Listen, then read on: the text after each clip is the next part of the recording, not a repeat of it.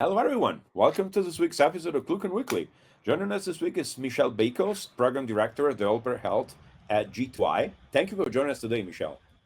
Thank you for having me. Super excited. So, would you like to start with a quick introduction about yourself, what you do, your company? Sure. Name is Michelle Bakels, Program Director of Developer Health at G2I. G2I is a company that builds custom talent pipelines for software companies. So, whether you're hiring thousands of developers or just a couple of developers for your MVP, we can help you get matched with the right talent. For me, I focus on initiatives that support the mental and physical health of software developers, which is really near and dear to our values at G2I. I also co organize React Miami conference, and as a part of G2I, we co authored a guide that is free online called the Developer Health Operating System, which we just released last month or 2 months ago now. Wow, that's super interesting. Yeah, when we discussed what could be a topic for the podcast and what we could talk about, it immediately jumped at me that there is no attention, honestly, in the industry about the health, especially the mental health of developers, personnel in general. Like not only developers. Let's be fair, it's not only developers, but in general, the crunch time, etc. There's this mentality that you need to work 80 hours a week. That the only thing that matters is the deadline. So I'm really interested to hear what your knowledge on the subject is. Sure, yeah. So I couldn't agree more. I'll just start with a little bit of background. I am a React developer myself that went through pretty extreme cycles of burnout to the point where I ended up ignoring it long enough that I developed a stress related heart condition. And then it got to the point where you couldn't ignore it anymore. I definitely felt like I was this invincible 80-hour work week kind of employee for a long time, but I found out that there were limitations the hard way. I met Gabe Greenberg, who's the founder of G2I, who also dealt with his own um, chronic illnesses for years that he's learned how to work with and like learn how to balance that. If you're not familiar with like chronic illnesses, they persist for potentially your entire life, and they are extremely debilitating, interfering with your life. So just a really hard thing to deal with in general, let alone be a CEO and founder of a company. So we both live in South Florida, and that's where we met. And he was already running G2I, and he invited me to work on this program for developer health because we both agreed that it was important. We this for context, this is around fall 2021. So burnout rates after or around lockdown were at an all-time high. Mental health was really, really low. People were really struggling, and when you looked around the ecosystem, you saw a lot of people suffering, but it wasn't a lot of solutions. It was a lot of like commiserating and relating to each other on things, but it felt like kind of hopeless. So I was definitely in that camp as well until I met Gabe. And since he had like gone through so much on his own with his health journey, he shared a lot with me. And then together we focused on creating resources to just put information and resources and out there into the world for people to consume and learn from, and just to start like healthier dialogues, more hopeful dialogues around it, and just help give people the tools to manage their health while also succeeding. So the first thing that comes to mind when discussing this kind of topic is, before we go into solutions, is how do you tell you need help? Because I know a lot of people, you nailed it. Instead of people thinking, okay, maybe I'm not in the right spot right now or whatever, you just talk to each other. We're all been working for 100 hours last week, so we're just saying, oh, last week was terrible. Yeah, it was absolutely terrible. Okay, well, I'm so tired. Oh, I'm so tired too. And you never actually get to the point where you know you need help. So what are the signs that someone needs help in that regard? Yeah, it's a great question. I definitely believe that most people will experience burnout at least once, if not a few times, without realizing that it's burnout at all. I definitely am guilty of that, where was experiencing burnout and I just tried to talk myself out of it. Well, oh, you just need to find your motivation again. You need to get your energy back up because that's what it takes. And so you like talk yourself out of it as if it doesn't exist. But it's mostly because you don't know how to recognize the signs. So you just think that maybe you're being lazy or you're not motivated. But really, like, there's tons of signs to burning out. And so it's all about recognizing what is happening to you, or what I think probably one of the biggest indicators is like what's different, like what's happening in your life that's different than it was before. So for a lot of people, this can look like, I'll just say for me, like if a teammate reaches out to me for help on something and I immediately get frustrated or I get snappy or I feel like I'm being overwhelmed or overburdened, and it's like an immediately like emotional response instead of like more logical one. That's one of my personal signs of burnout, is that you're like kind of quick to anger or stress, especially with people that you usually enjoy working with or being with. Definitely being, like, overexhausted at the end of the day where, like, you don't have any, interest in, like, hobbies or, like, meeting with people, like friends, family.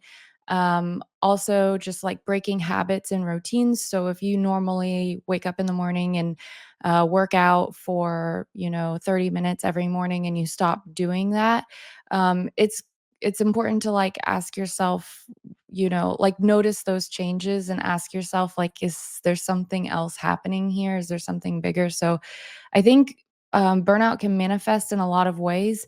And just being really aware of like how you feel when you feel good, and then how you feel when you feel good, so that when you start to not feel good, you start to notice what the differences are. You can key in on those things. Yeah, I feel like that is the it's setting the what people are struggling with is actually setting the baseline. Like in some industries, luckily not necessarily ours, but I know a lot of people who work in the video game industry. The especially, I have a good friend who works for a large company, which is going to be unnamed, but it's one of the big ones out of Japan, and is clocked 114 hours average for 2 months last year. 114 hours, almost the amount of hours you have in a week. Like it's literally just the time. Right. minus the Yeah. time to minus the time to actually, I don't know, change your clothes, shower, and go back to work. It's not even that's Yes. all you can get. So, and I think getting the baseline is hard. So should you do that after a holiday or something like that, when you start getting when you're less tired? Yeah, perhaps. I think it could be just anytime that you're feeling good, just kind of like noticing it. But yeah, taking time off is really important. Um, but al- but taking time off is, it's interesting that you say that, because it's also led me to understanding when I've been burnt out too. Like I'll be feeling like I really need a break, so I take PTO and then I immediately come back and I feel all of the stress again. Those are, like, also good indicators, like, okay, there's a deeper problem, it's not just the need for rest. It can be, like, organizational as well, but yeah, finding your baseline, so, like, anytime when you feel like you're not overworked or when you feel, like, refreshed from a break is good.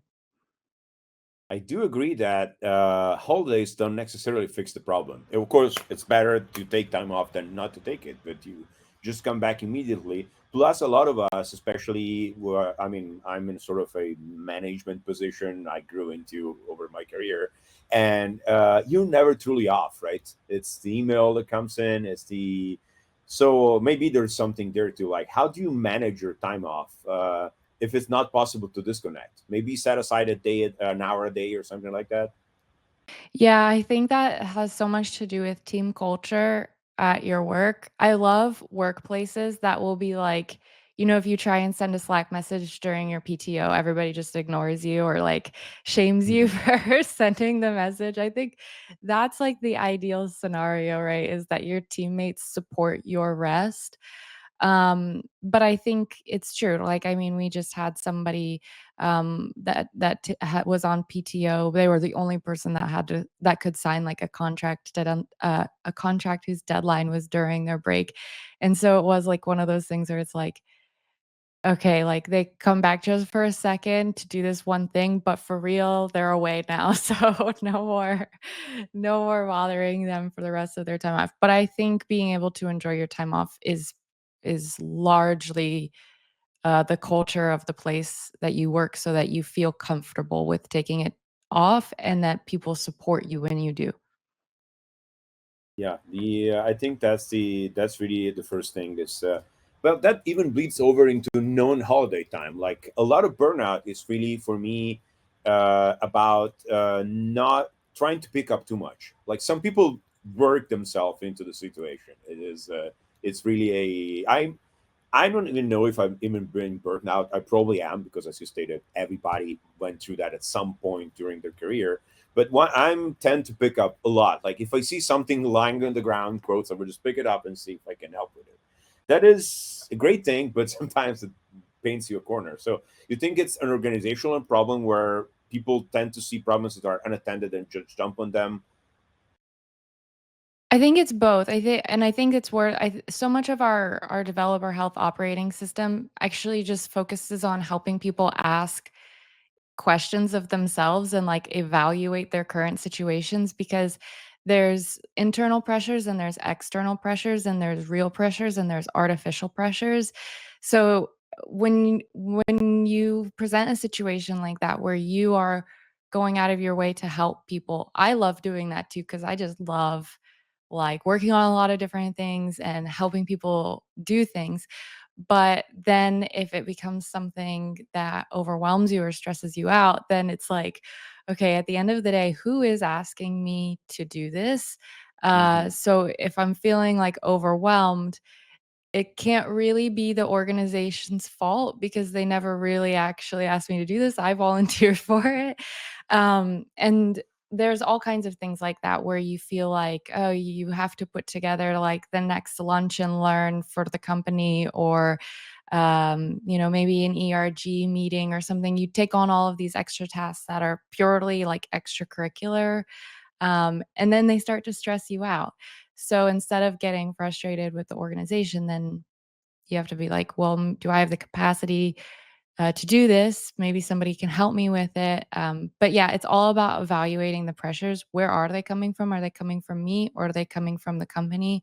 Are these pressures real? So, like when I say real pressures, like, I mean, like, does this affect your livelihood? Are you able to pay your bills? Are the people in your family healthy? Those are like real pressures. And then artificial pressures are things like kind of like arbitrary deadlines that Hmm. could move if they needed to, or like feature requests that aren't maybe the highest priority. So those are more examples of like artificial pressures that can really like add a lot of stress to your life that don't actually need to be there. For sure, yeah. And I think it's never been a problem for me, but I've heard that certain people, even I work with, have adjusted to this by making changes when, I don't know, for example, they were asked to work on content. So I'm already working on code. Can you also write me a blog post? Not everybody is familiar. It's not even familiar. Not everybody is comfortable with actually writing for humans, which is so it's weird said like that. But one thing is writing code. One thing is writing out an explanation of how the code should be used. It's kind of like public speaking. Not everybody likes to talk in public. They might be the best engineer in the world, but they don't like it, or worst case, they like it and but they're bad at it, which is probably even Mhm. worse. That's a different Yeah. discussion. So that's a different discussion. It is, but I think that's a core deal. So let's step back. What I always like to do is try and go in steps. So I have identified I'm burnt out. I need help. What do I do now? So you have identified that you've burned out. I think our first recommendation is to pause, Mhm. stop, like evaluate what's going on because when you burn out, we always think about burnout like metaphorically similar to like an athlete sustaining an injury. So you may be at a typical workout or a typical practice or a game or whatever, and if you get injured, you might not realize yet, is this going to be an injury that I can heal within a couple of days, or will this take me out for the season or maybe for the rest of my career. And so basically, in the context of burnout, it could be very extreme. And if you realize that you're burnout, you want to just take a breather because your emotions are probably really high, and you could say something or do something that you regret, that you might not want to, that you would probably never do in like a more stable situation. So first, just take a pause, and then like just evaluate what's going on. How serious is the burnout? How deep is this? Like, what do you think you need in order to move on? Is it a week off? Is it 2 weeks off? Is all the way to, the possibility of leaving your company. If you think that there's no room for, the people that you work with making changes in how they behave, so that you have a healthier environment. So definitely stopping and slowing down is the first thing. It's also really important because you have to like de-adrenalize essentially. So when you get into this kind of like workaholic uh, pattern, you're actually producing a lot of like stress hormones in your body, including adrenaline. And adrenaline can be addictive in your body. And so the only way to really actually kind of break that kind of frenetic, um, like I don't know how to describe it, like that, like, compulsion to keep working is to stop, and it can be really uncomfortable at first, but that is definitely really key. And then you take your time, you evaluate your situation, and you figure out what you wanna change, how you wanna change it, and if it includes any new habits, like, I need to start eating healthier, or I need to start working out, or I need to end the work day at 5 o'clock, like, as often as possible, things like that. I recommend making those changes, like, one by one, not trying to take on everything all at once, but just introduce things gradually so that you have a higher rate of success of sticking with the things that you want to improve. So yeah, I super agree with the last point. I've been doing Brazilian Jiu Jitsu for a long time. I'm a brown belt, and always participated in gym activities and various. Oh, my camera went out. Just cut that right real quick. But the and I've seen people just get into the idea of I'll go to the gym, I'll start eating healthy, so they come to the gym 5 times, 0 to 5 times a week, and they they burn out at the gym. I've seen that happen. Or I've seen people suddenly go into a 800 calorie full keto crash diet, will just eat 5 eggs and 3 energy bars a day, and they just fall apart. So it is a very, especially if you've been doing it for a very long time, changes need to be gradual, because otherwise it's going to do more harm than it'll help. Work aside, like if work changes, you need to work with your company to well, in fact, I think that's a good point to go into. So many times what can help is, again, changing a lifestyle, getting into a healthier habits, etc. What about the workplace? What changes do you need to make in your workplace to manage burnout? Because clearly you cannot just say, okay, guys, I'm going to be off for a month. Well, you can, but I feel like that's actually going to be a problem for you. Like, you're gonna be a month, you're gonna be sitting in your room just thinking about, hey, I let the guys down. So what are Yeah. the workplace changes? How do you manage that in your workplace? Yeah, it's always so complicated of a question because it really depends on A, what the problem is, and B, what the culture is of the company that you work at. So yeah, try and take your break as much as you can. Obviously, in the United States, a month-long PTO is extremely uncommon, where maybe it might be more common in other places. So I don't know how viable of advice that is, at least for American workers. But aside from taking your break, if you really do need to make organizational changes, it's worth talking, to your team first and seeing where you can get, whether that's your actual like dev team that you work on, or if that's like your managers. Um, but just kind of like explaining the problems, why they're a problem, and how to make things better. There are all kinds of tools to create healthier communication in companies and respect each other's time. I'll just share a couple of things that are my favorite. First of all, I love Loom. If you guys Oh, don't I've know heard of Loom that. or something similar, yeah, basically so many meetings on our calendars could be Loom videos, because they're basically just knowledge transfer, but they're usually a little bit more in depth than something that you just wanna write up. So, record like a 5-20 minute, 5-minute Loom, a 20-minute Loom, share it with somebody, they can watch it on their own time, they don't have to stop what they're doing, they don't have to go through the whole context switching, stopping a task, attending a meeting, that's basically just knowledge transfer and then trying to pick up where they left off. They can just watch it at the end of the day or whatever, whenever they can. And that's a really great way to learn how to respect each other's time so that people can stay in flow state if they need to, or they don't have to get interrupted. We are really big believers in asynchronous communication, mostly because we're a global remote company. But basically, doing asynchronous communication well rests on some understood social contracts. So one of ours being that if somebody unless it's urgent and you have to agree what is considered something urgent, unless it's urgent, if somebody sends you a DM on Slack or something, they they'll answer you within 24 hours. Like they'll Mm. answer you within a day. Most people answer pretty quickly, but don't be frustrated with people if they don't get back to you right away, especially if it's not an emergency. And also, release the expectation of yourself that you have to respond to things immediately. So things like emails or Slack messages or whatever. I actually schedule 1 or 2 times in my day that I will try and respond to any messages and emails. And if I have deep work that I have to do, I can comfortably do that deep work without having to worry if I'm missing messages, which is releases a huge mental burden. So yeah, it can be really fun actually trying to plan different ways to work better together and all be happier together.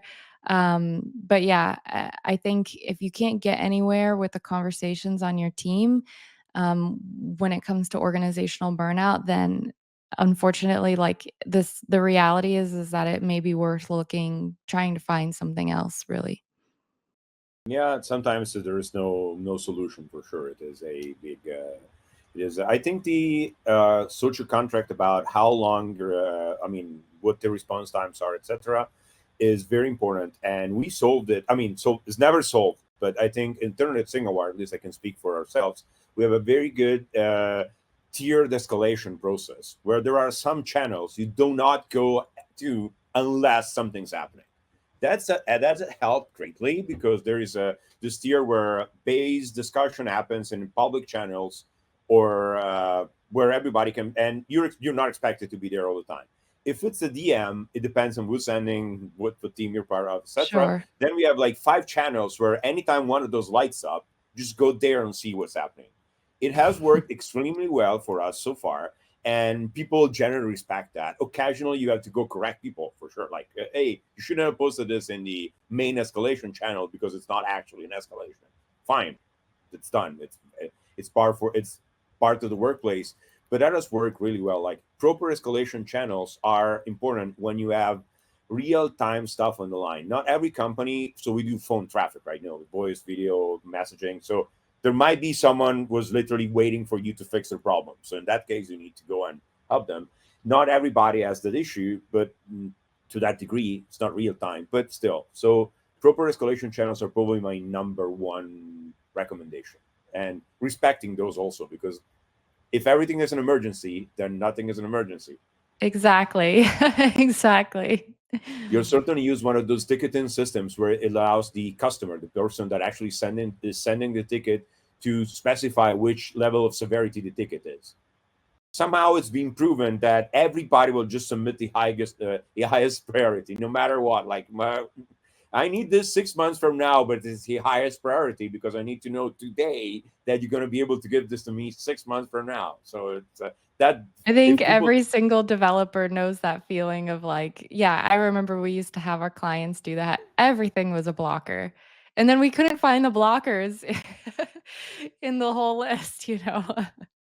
everything is priority zero, everything is just the barn is on fire, and it doesn't work. So not doing that internally, I think, is the let me say as a developer former, well, I'm still a developer, but I used to be full-time engineer, and I worked with sales and solution architecture and manage people. But as a developer, that's probably the number one burnout inducing issue, like, or even just tiredness, and everything is urgent.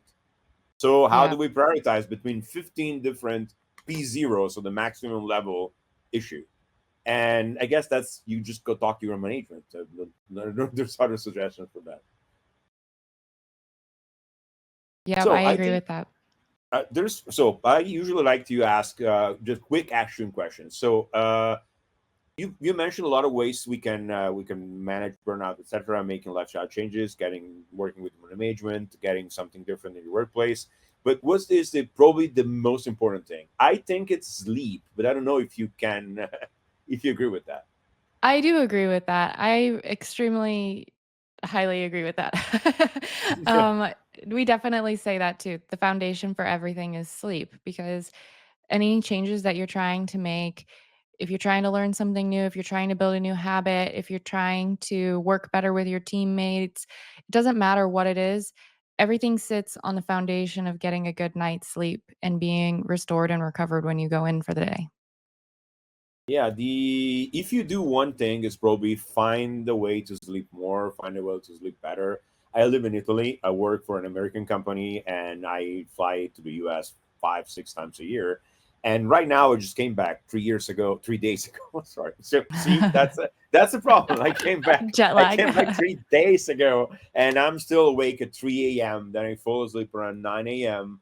And I learned to manage myself, but I can see how lack of sleep in these days, I did a couple small mistakes. I would even call them, like, I got a couple things wrong that I shouldn't, just because I was deprived from sleep. Absolutely, that is 100% the go-to. The rest you can manage, but if you're not sleeping, nothing else comes into place. You know what I heard, an interesting statistic or like a statistic that I heard was that I think it's like 6 or less hours of sleep. Working with 6 or less hours of sleep is the equivalent of, about 2.5 alcoholic drinks. Hmm. So you're kind of Well, like working a bit impaired if you're not sleeping, and I think most employers wouldn't really want their employees to be like 2.5 beers deep, like, while they're trying to build, like, really important software. So I think if you share that, like, mentality, then you would also probably be interested in your team members getting enough sleep at night too. yeah, I mean, yeah, I totally agree. It's very important to manage your. I mean, it's okay to like a couple beers here and there. I almost don't drink, so I but I understand that people. I think it's more of a U.S. problem, actually, because of the Mm. different relationship we have with alcoholic drinks. The whole 21 years of age and whatnot. Europe Yeah. Europe still has a lot of problems with alcohol, like every place has, but it's really a bit more manageable because you don't. I mean, people turn 21 in the U.S. and just go to a bar and get hammered. Yeah. Oh, yeah. This is like We a whole we have been yeah. getting hammered since we were 16. So by the time we get to 21, it's gotten old. You know, Yeah. you know what happens to you when you stop doing it, which is actually been my experience. But a lot of people have shared that very feeling. So, but still, pacing yourself is very, very important. Yeah, it's so true, everything you said.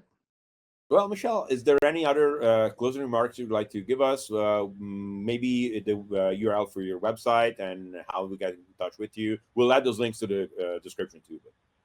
Sure, yeah, so if you're interested in building custom talent pipelines for your company, our website is g2i.co. If you're interested in learning, about burnout prevention, recovery, and optimum performance, then please visit our website at devhealthos.com. and you'll find a full guide with a workbook included to help you out. Perfect. So, well, thank you. Today, Michelle Bakels from G2I joined us. We talk about developer health and a lot of important tips. The most important thing is go to sleep. So if you're watching this at night, it's time to go to bed. And thank you, Michelle, for joining us today. Thank you. It's been a pleasure. And for the rest of the people, I'll see you next week. Goodbye.